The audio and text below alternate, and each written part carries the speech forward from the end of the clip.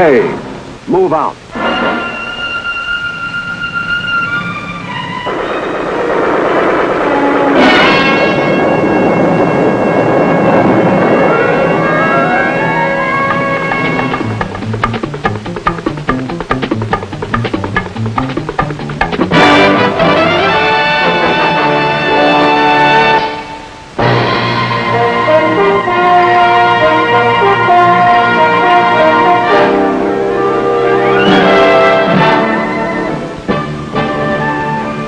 For the global defense of freedom, the United States Army depends upon many factors, lightning-like firepower and mobility.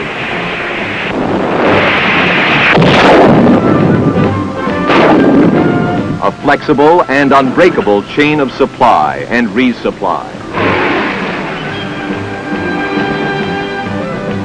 And above all, the Army depends upon men. Men trained to perform their assigned missions. In combat, no mission is greater than that of the infantry, and no man is more vital than the individual infantry soldier.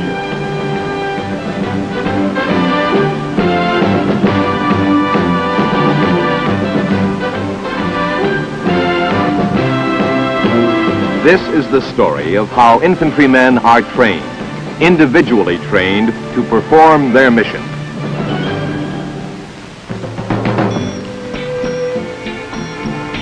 Well, Dad, with graduation only a few days away, I'll be getting my orders soon. Some of the guys I've been writing you about have already gotten theirs. Jim Stinson volunteered for jump school at Fort Benning. He'll be leaving any day now. And remember Lou Metzig, the guy you and Mom met when we graduated from basic training? He's going to officers' candidate school. Quite a few guys from my company are going. It's possible I could be going to OCS myself, but since I haven't heard anything official, it's more likely I'll be joining an infantry outfit.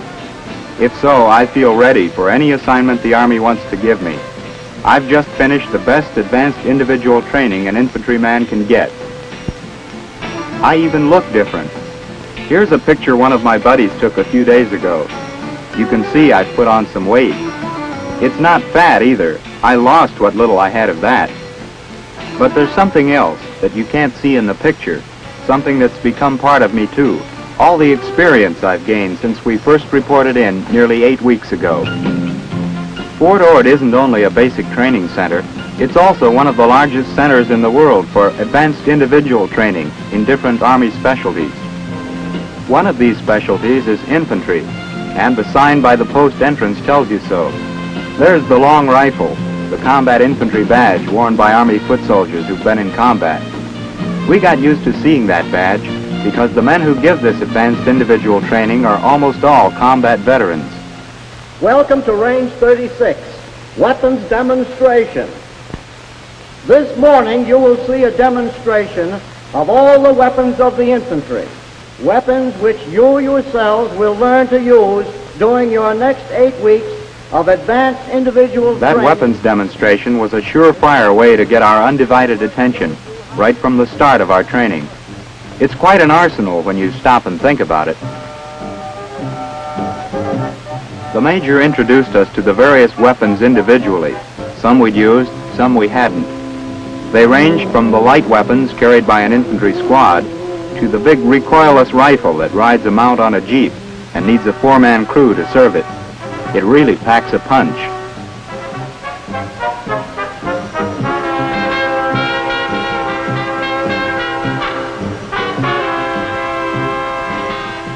After we got a look at what each of the weapons could do individually, the Major showed us what the total firepower of an infantry company looks and sounds like when it all goes to work at once.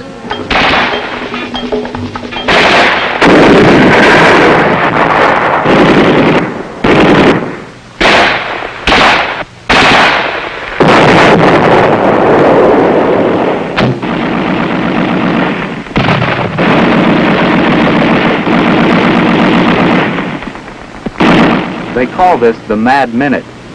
Everything cuts loose. Rifles, grenades, machine guns, mortars, the works. The military name for it is PLF, Protective Line of Fire. and it's like a solid wall of flying steel. Any enemy advancing against it is bound to feel he's gotten into the wrong place at the wrong time.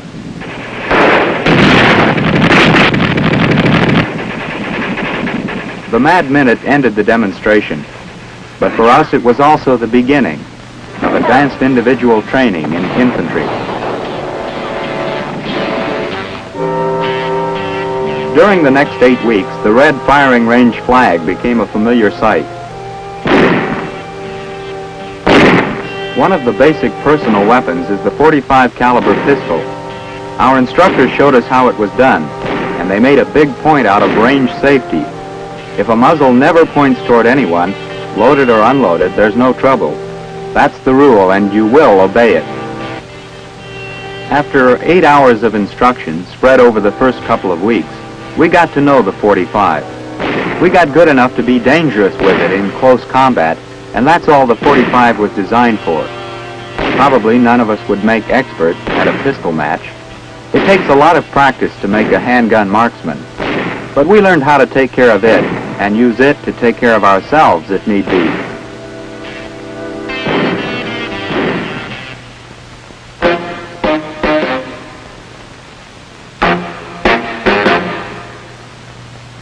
Another basic weapon we worked with during the first week was the bayonet. This was really a refresher course, since every soldier gets bayonet training during basic.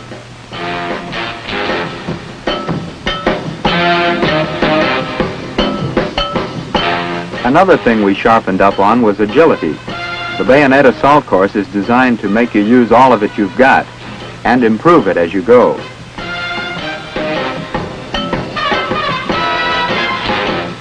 As with all combat training, you learn that it's best to do it right the first time, every time.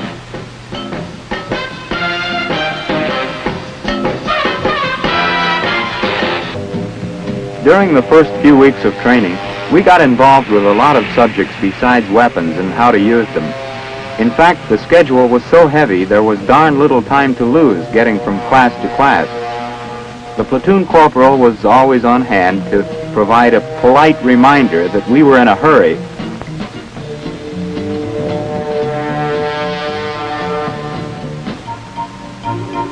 One important subject that we put a good deal of time into was field communications. The classes were big, but they made sure enough instructors were on hand to provide individual instruction for every man.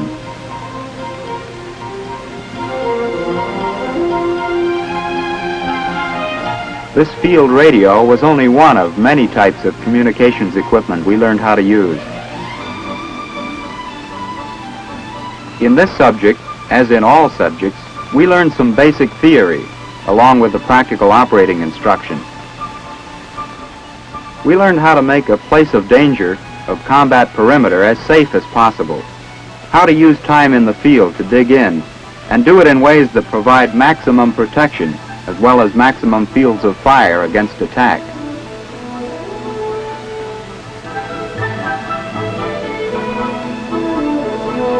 In each case, there was always the diagram, the printed text, the spoken word of the instructor, and the practical example. Along the way, we kept in touch with our firepower. For example, the 3.5-inch rocket launcher, another of the weapons available to the foot soldier. The instructors showed us what they could do with a high explosive round.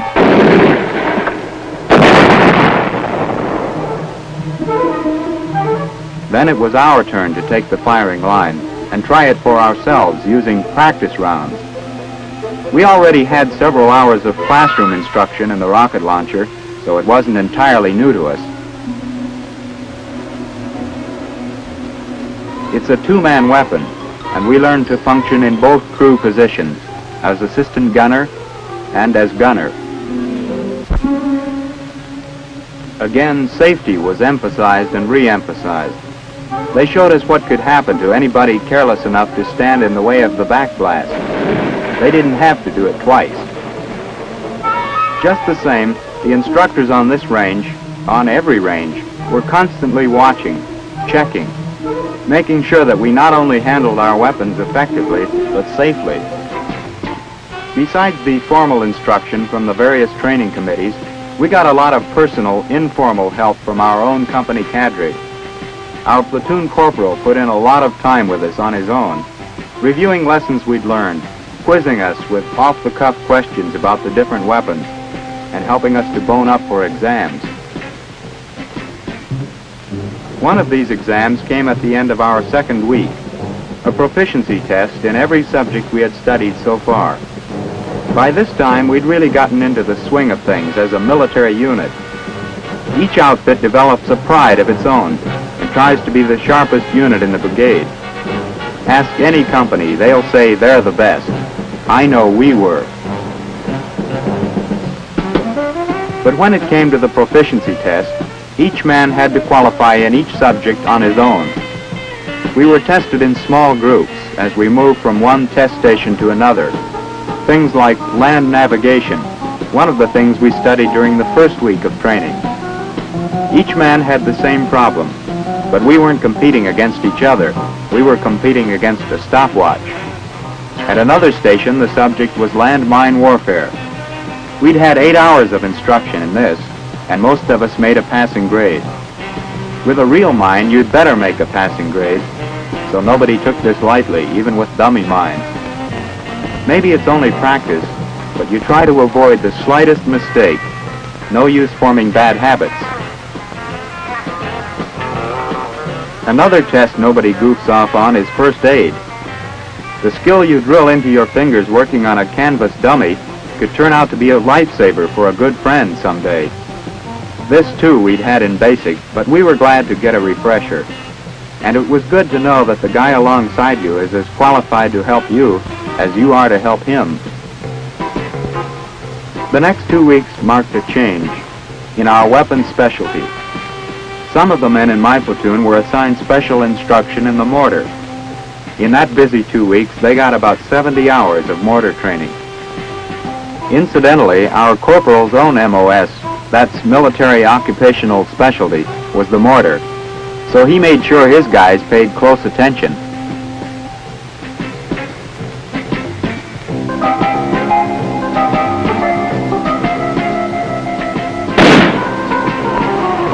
Some of the other men were assigned 2 weeks special training in the recoilless rifle. They got where they could maintain it in pitch darkness. The 106 fires such a large round that a 50 caliber spotting rifle is mounted on top of the main barrel. The gunner fires a tracer from the spotter rifle to get the range to the target before he fires the big one. In short, they learn to work with the gun and with each other, which is just as important. My own MOS is rifleman, just a plain old ground pounder with an M14. MOSs are assigned on the basis of what the Army needs most at the moment, as well as on a man's own ability and interest. In our company, I guess about 75% have the rifleman MOS. During the 3rd and 4th weeks, we riflemen got nearly 70 hours of special training, a lot in the classroom and the bleachers, and a lot more on the firing range. We spent a lot of time on the machine gun range with the M60.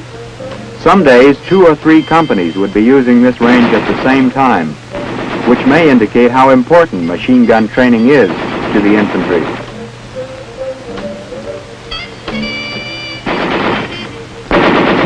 Still, the range was never too busy for individual instruction. That's the whole point of the program here. Advanced training, individual training. Another busy range was the AR, automatic rifle. This is the weapon I especially like. It's not too heavy, it's accurate, and it can really put out some trouble when the need arises. And of course, by this time, the rifle has become almost a part of you. They say, take care of it, and it'll take care of you. If it sounds corny, all right, but it also happens to be true. The guys who say it are the guys who ought to know. There's one more weapon I want to tell you about, Dad, the 50 caliber machine gun.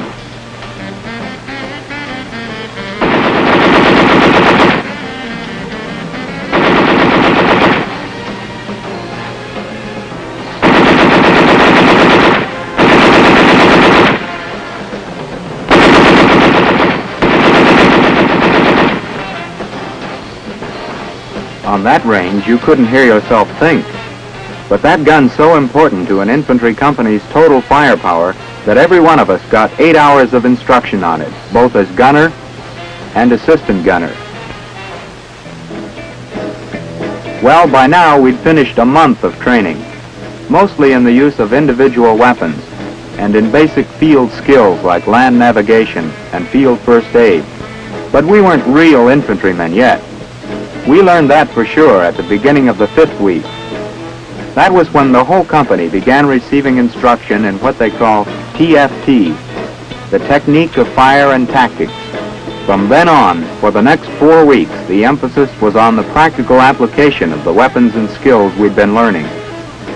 In the Technique of Fire course, for example, we got a good many hours of classroom instruction in how to use firepower under different tactical situations. And nearby was the range where we put theory into practice by firing at different groups of targets at varying ranges, grouped and shaped to represent an attacking enemy force on natural terrain. After several hours of that first phase of TFT, we went on to the next phase, tactics. Part of that phase involved making an attack on a hill defended by aggressor troops. And in getting to the assault objective, we would gain some practical experience with the armored personnel carrier as a means of secure and rapid mobility across country. One thing about the exercise was fake. We used blank ammunition. Even so, if an observer figured you were hit by enemy fire, he declared you a casualty. That is, if he could see you at all in all that smoke. During the 6th week, we had another realistic training exercise. This began when we were marched into a stockade to learn about survival, escape, and evasion. The survival part of the instruction was especially interesting. You'd be amazed how many ways there are to get drinking water from plants. Then the instructor showed us something we could really get our teeth into, if we ever got hungry enough. He had a long display table, a sort of swampland smorgasbord all laid out, and he made the point there was no need to starve in the woods, since everything on the table could be eaten. Snakes, lizards, roots, all sorts of goodies. I can't say they looked too tempting at the time, but many a man has saved his life by knowing what to look for when survival depended on what he could find.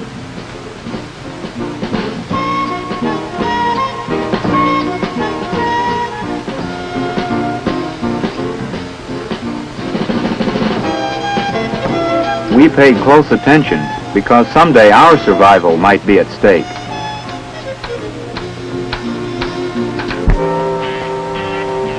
The practical realism of the training was carried on into the final 2 weeks.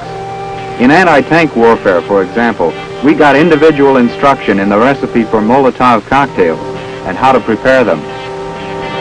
We also learned how to serve them, piping hot and on the run.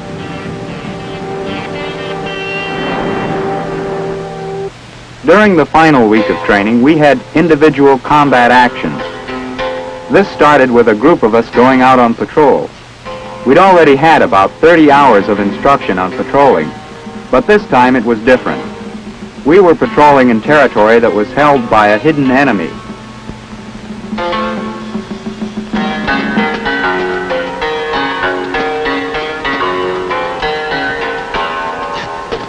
We knew, of course, that the enemy was there someplace, but we didn't know just where until he opened fire.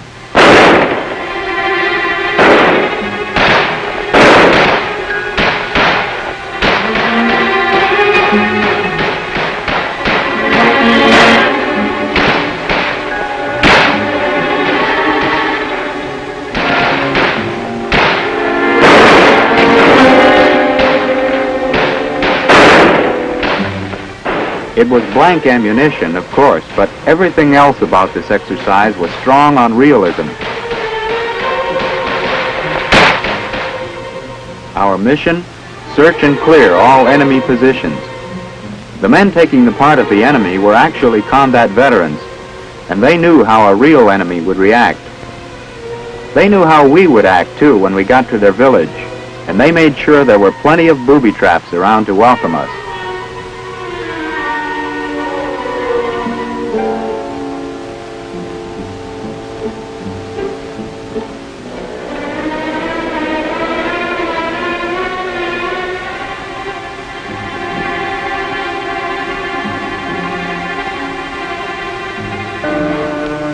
By now, we had broken down into squad-sized groups.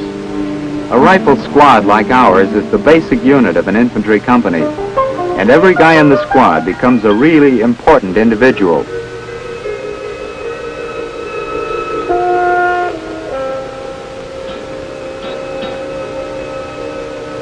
There's a squad leader, of course, who plans the action, gives the commands, but from there on, every man functions on his own initiative. That's what they mean by individual combat actions. Here was our objective, to search and clear this village. It looked peaceful enough, deserted. We knew, of course, that it wasn't.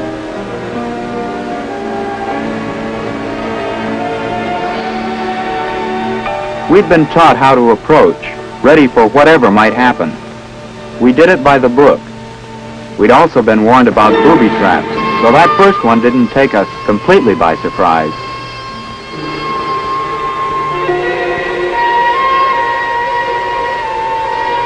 We were surprised to find a guy squatting quietly in front of a shrine. He wasn't armed, so we couldn't be sure he was an aggressor, but the squad leader kept a rifle muzzle on him just the same. The next thing we found was an enemy casualty. He played dead real well, and we went along with the realism. But that's when Stinson goofed. If that had been a real grenade, it would have chewed Stinson up good. I took no chances. Before I searched a hut, I fired into it chest high. Then I went in. It was empty. But the enemy had been there. Wise guy. Still, he made his point. Lou Metzig thought he heard a noise in another hut, and he took no chances either. He was all loaded for bear. But the enemy chickened out.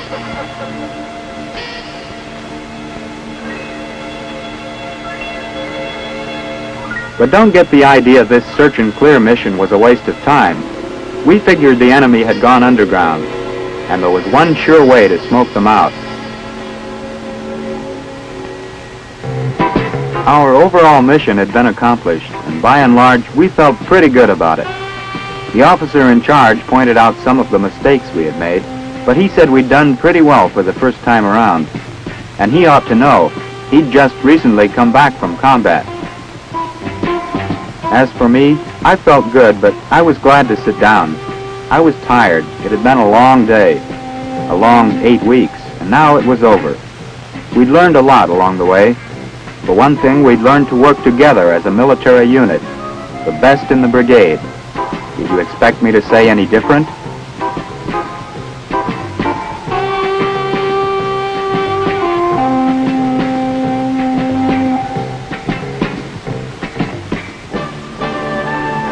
We had also learned to act as individuals, though, and that's important too, because in a few more days, we'll all have our orders, individual orders.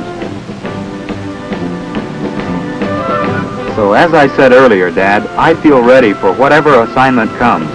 I've had the best training there is. So has Jim Stinson and Metzig, and so has every other guy in the platoon and in the company, and in every company that graduates from AIT Infantry.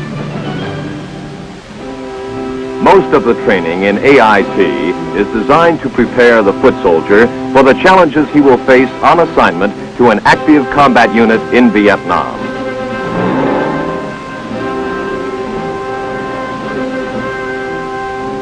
But many AIT graduates are in fact assigned to other areas, such as Germany, where their constantly maintained readiness bolsters the defensive strength of NATO.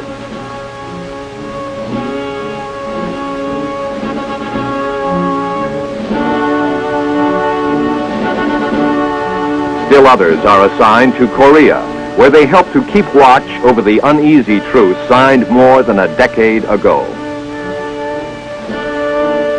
In Alaska, even more specialized skills are acquired, providing infantry forces which can operate in the sub-zero world of the Arctic.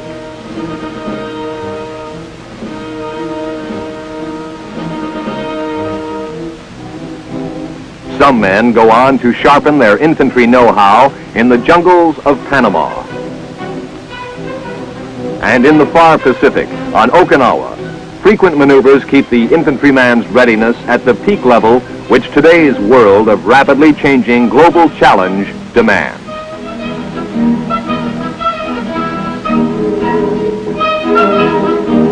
Still, as we said, most AIT graduates go to Vietnam. But before they go into combat, they receive additional training, specific pointers about this particular fight on this particular ground. More practice under the sharp eyes of men who have spent months right here where the fighting is, and know what to look for in the way of mistakes. Mistakes the men they train are not going to make in combat if they can help it. In some ways, it's the same kind of training they've had before. The difference, the big difference, is that this time, it's here.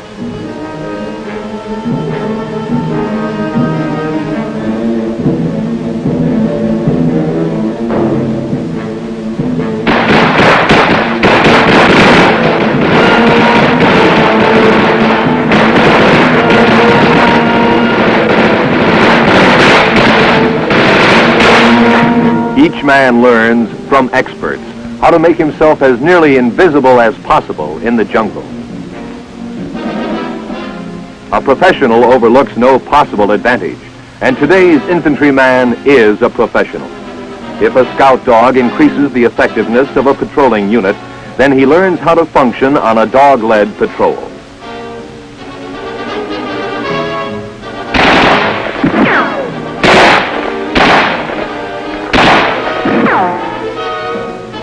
If the terrain problems of a particular fighting zone call for special techniques to make movement possible, he gets the feel of those techniques at first hand. The result is that when he goes to work in earnest, he is ready. He knows what he's doing and how to do it. He knows the weapons and the equipment which he'll use to get the job done. And he knows that the men working with him are as well trained and capable as he is. Before he ever enters a potentially hostile village, he knows what it will be like, how it will look, what to expect, where to look for it. He knows because his training has taught him. No amount of training can eliminate the personal trial that comes to each man with his first combat. But training, individual training, can and does give him the knowledge of what he can do and the confidence that he can do it.